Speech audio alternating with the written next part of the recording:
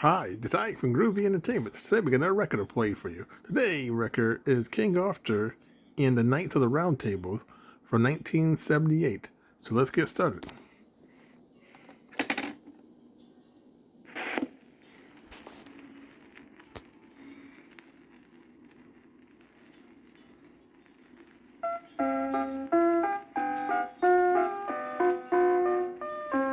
In ages past in England bold, when knighthood was in flower, men donned their armor and set forth for glory and for power.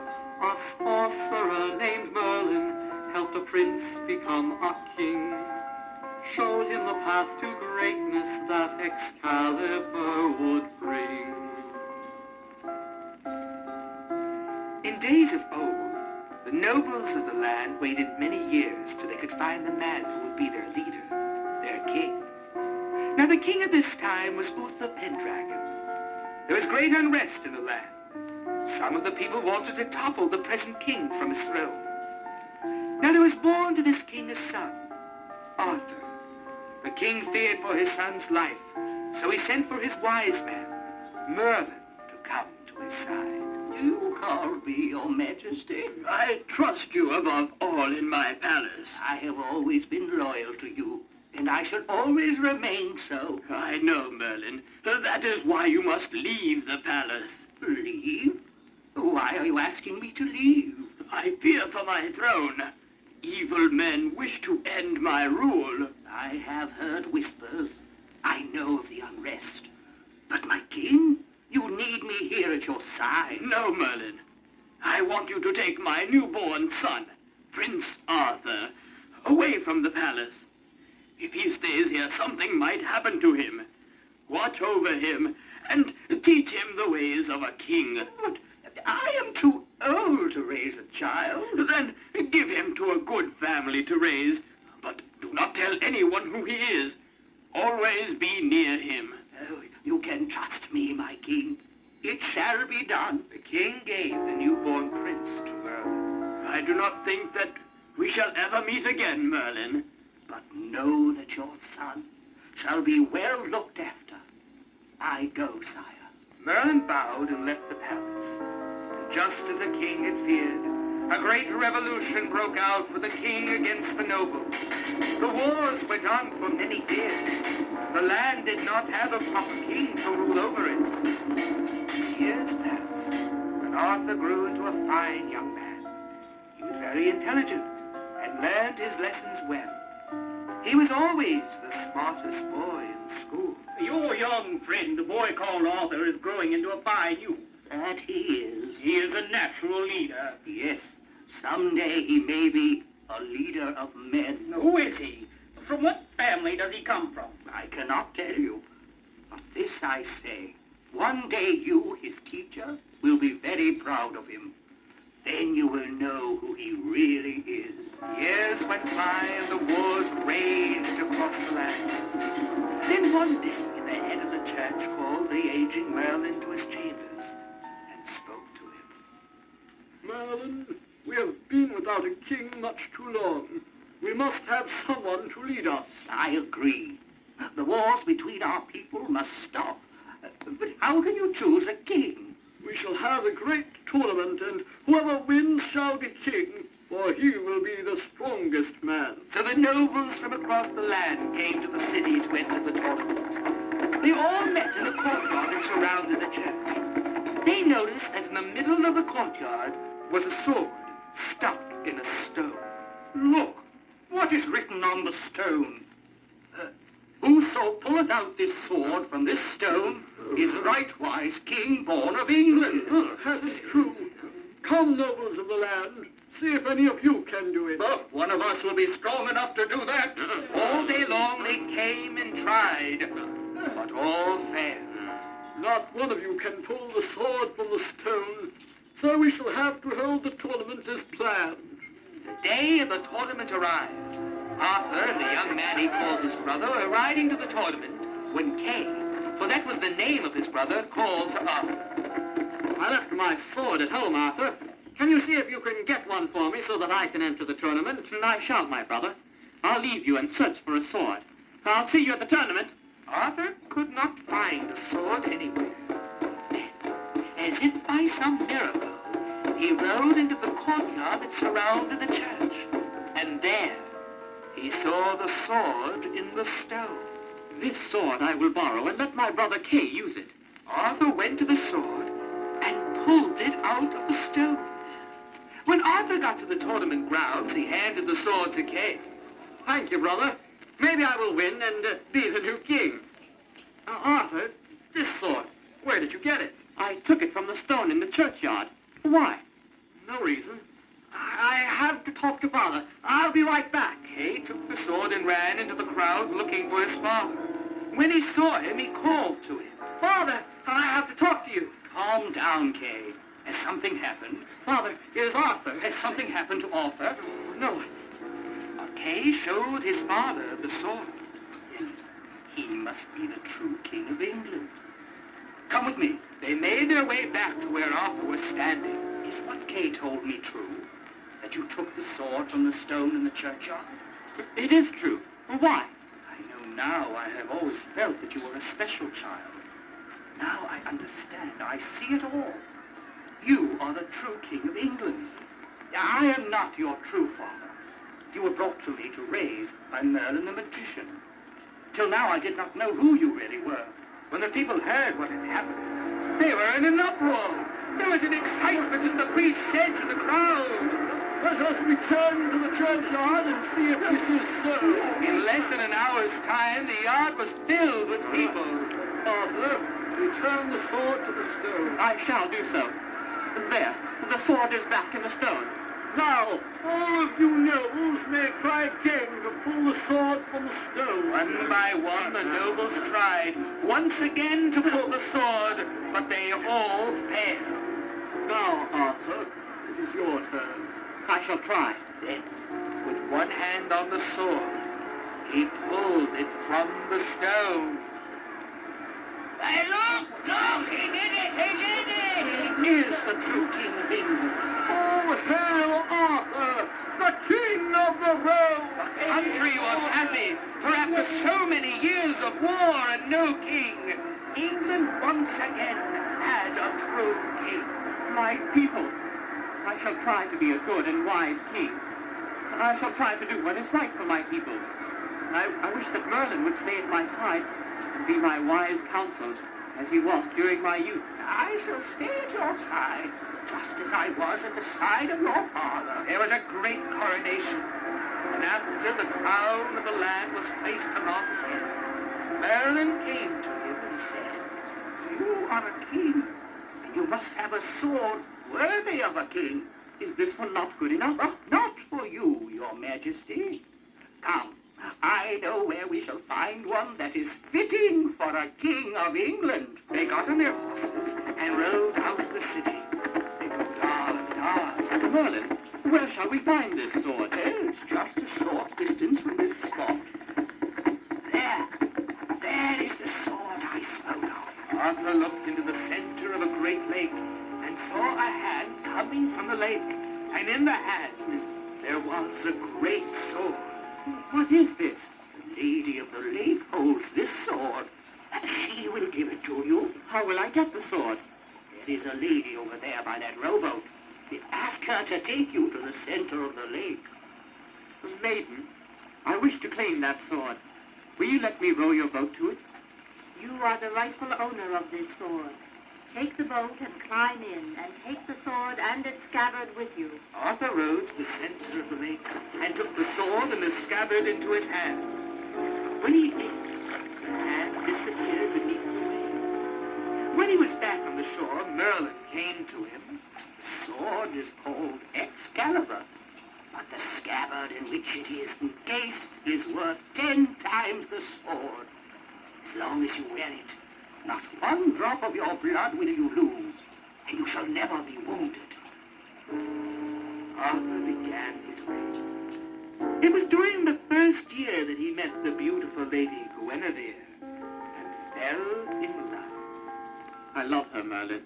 I want to make Guinevere my queen. Then it should be so. Go to her father's palace and ask him for her hand in marriage. I will gladly do so, my king. Merlin rode to the castle of Leodegrance and spoke to Guinevere's father, the king of Camelot. Arthur has sent me to ask you for your daughter's hand in marriage. These are good tidings you bring to me, Master Merlin. My daughter will be honored to be his queen. It was a glorious wedding. Never had the land seen such a wedding. 1,000 doves were freed and flew into the sky. 100 trumpets sounded when the wedding took place. Great happiness filled the land. After the wedding, Guinevere's father summoned Arthur and his court to a room in the palace. As a wedding gift, I give you this round table. It has room for 150 knights. As a further gift, I give you 100 of my own brave knights. I thank you. It is a wonderful wedding gift. And it was a happy time. 3 weeks after the wedding, Arthur summoned Merlin to his side. Merlin, I want to complete this round table as soon as I can. You must find men who are brave enough to sit with your other knights. You shall look throughout the land for 50 noble men to serve with me. The search began. Merlin looked and looked, but at the end he could only find 28 additional knights. We shall find men who are worthy of sitting at this table, for my knights shall be known throughout the world. In honor of his bride and the founding of the Round Table, Arthur held a tournament. Knights from all over the land came, all hoped to win. At this tournament, a young knight by the name of Lancelot entered and won. You, Lancelot, were the bravest and the strongest knight in this tournament. Here is your prize. The prize was a ram's horn filled with gold. I thank you, my king. It is a great honor to have won over so many brave knights. You shall become one of my knights of the Round Table, for you are truly the best in the world. To serve you will be my honor, great king. And a time of peace came over the land. Arthur was looked upon as a great ruler. Each week he would allow the people to gather in his throne room and ask him favors that he would try to grant. One day, a man came before him. What is it that you wish? I have 3 favors, sire. But I shall this day ask you to grant but one. What is this favor? Let me live in the palace for 1 year. At the end of the year, I shall ask you the other 2 favors. It shall be so. What are you called? I cannot tell you my name. In time, my king, I shall. My brother, Sir Kay, will give you your duties here in the palace. Whatever I am asked to do, I shall.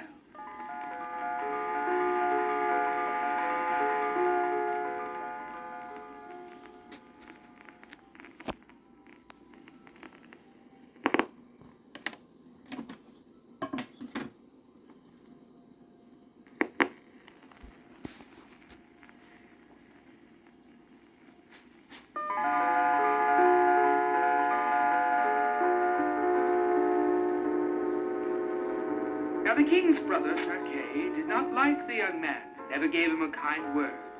The man would do all that he was asked without complaints. At the end of the first year, the man once again asked for an audience with the king.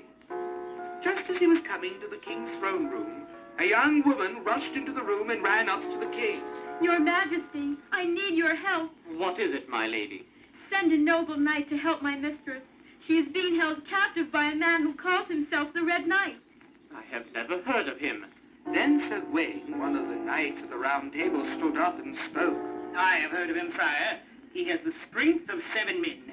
He also has 2 brothers, the Green Knight and the Black Knight. The younger man ran to the throne and bowed to the king. My king, a year has passed, and now I ask you for my next 2 favors. What are they, my boy? Let me go and fight this Red Knight. And if I win over him, bid Sir Lancelot to knight me if he thinks me worthy. So let it be. I shall do right, and I know I will become a knight. You will be given armor, a horse, and a sword. Into the throne room came a page with shiny armor and a sword of silver. Use them well, so that you will become a knight of my Round Table. I shall, my king, I shall. The young girl then took the man to the palace, where the Green Knight stood watch. Look! Oh, brave knight, can you win over him? Watch and you shall see. Stand guard, Green Knight, for you must do battle with me. I shall chop you down! The battle began, and the man fought well. soon the Green Knight had fallen to the ground. So you have won in a fair battle. Now go to the palace and tell the king what has happened. The Green Knight rode away. So you see, my lady, I am brave. But you must still fight the Black and the Red Knight. Lancelot, who had followed to see how well the younger man would do, rode up to them. Do as well with the Black and the Red Knights, and you shall become a knight. The man did fight, and he did win over both the Black and the Red Knights. Lancelot stood before the younger man. On your knees, my lad. I dub thee knight, by the power invested in me by our noble King Arthur. I welcome you as a fellow knight. The young girl's mistress was set free, and Lancelot and the younger man returned to Camelot. I have heard that you are truly brave. I welcome you to the Round Table, but we still do not know your name. I am Gareth, youngest brother to your knight Sir Gawain. Why did not Sir Gawain recognize you? He has been away these many years, fighting the wars, and here at your Round Table. I have grown much since last he saw me. Then you are most welcome to my Round Table. After they had all left, Merlin came into the room where Arthur stood alone. Arthur, my king, there is one that you should make a knight. And who is that, Merlin? There he is at the abbey in the wood. Go there and speak with him. If you think he should be a knight, then I ride there at once. I shall go with you, my king. They rode to the abbey, where a nun greeted the king. Galahad is a brave man. He comes from a noble family. It was his parents' last wish that he become a knight. If you say that he is truly brave, then it shall be so. Merlin, My king, where is this Galahad? in the outer chamber. Bring him to me. Merlin went to the outer chamber and brought Galahad to meet the king. My king, you are to be a knight. I pray that I shall be worthy of this honor. I know that you shall be. Bow before me. I dub thee knight. Rise, Sir Galahad. I pray that you will be a good knight. One day, the knights and the king were riding through the forest when they came upon a lake, in the center of which there was a stone floating in the water. What do the words on that stone say? Never shall a man take this sword, but only he shall be the best knight of the world. Lancelot, take a bow and see if you can pull the sword from this stone. My lord, for you are the best knight in my land.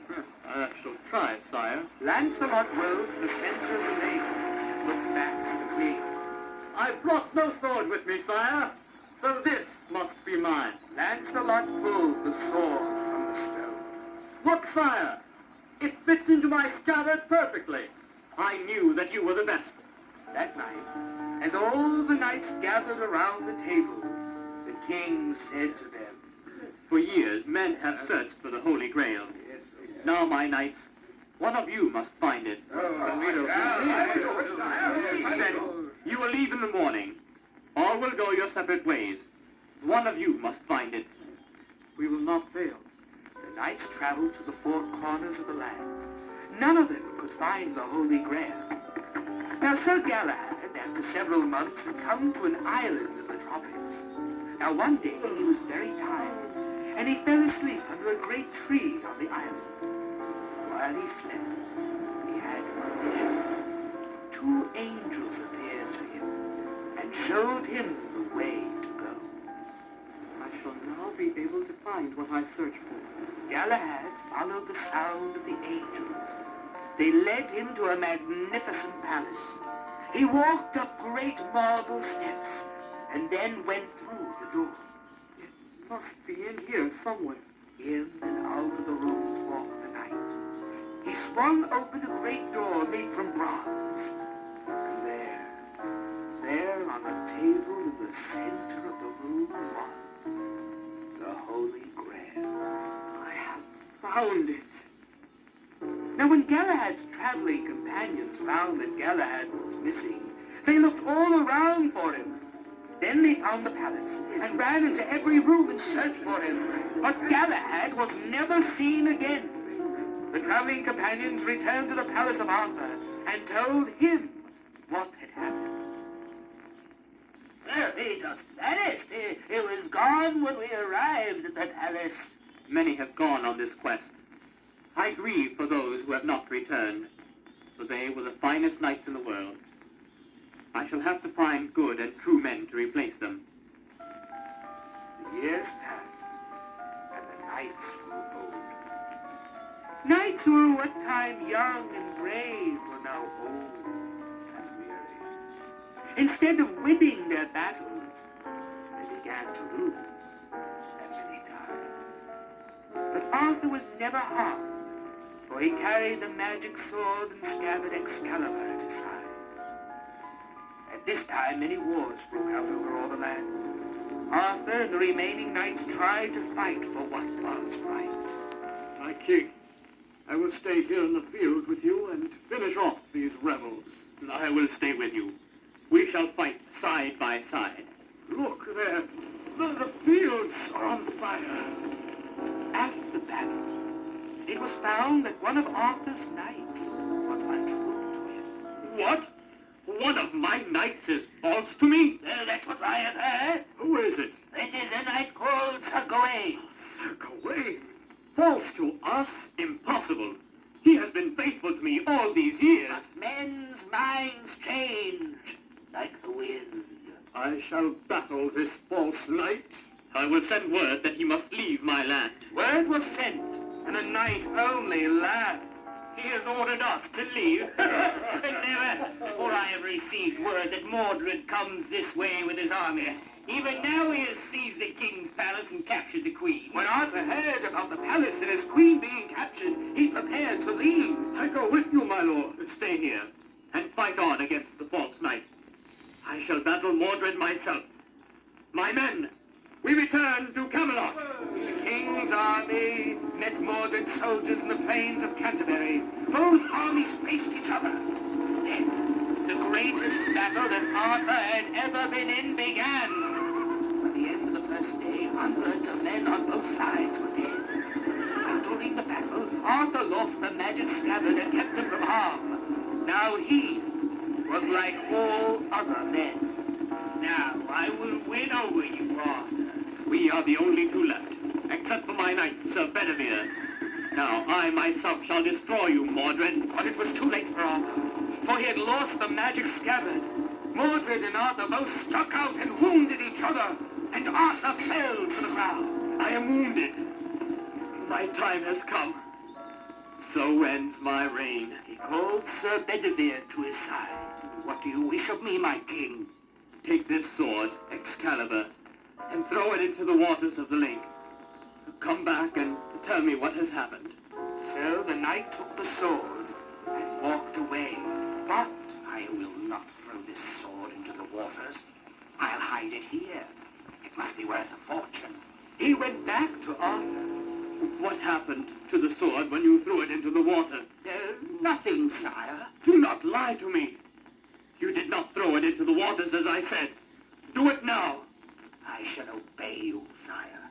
This time the knight took the sword and threw it into the water. And as he did, a hand came from the depths and grabbed the sword and pulled it under the water. He ran back to the wounded king and told him about the hand grabbing the sword. Now I die. I only pray that my land will be ruled over by a king who will want peace. This is the end of my round table. Now when Arthur died, the kingdom was filled with sorrow. For with the end of Arthur, also came the end of the round table and the glory of the knights. They never found a man who could lead them as Arthur did. The country was never the same. But from that day to this, men and women have never forgotten the tale of King Arthur and his noble knights of the Round Table.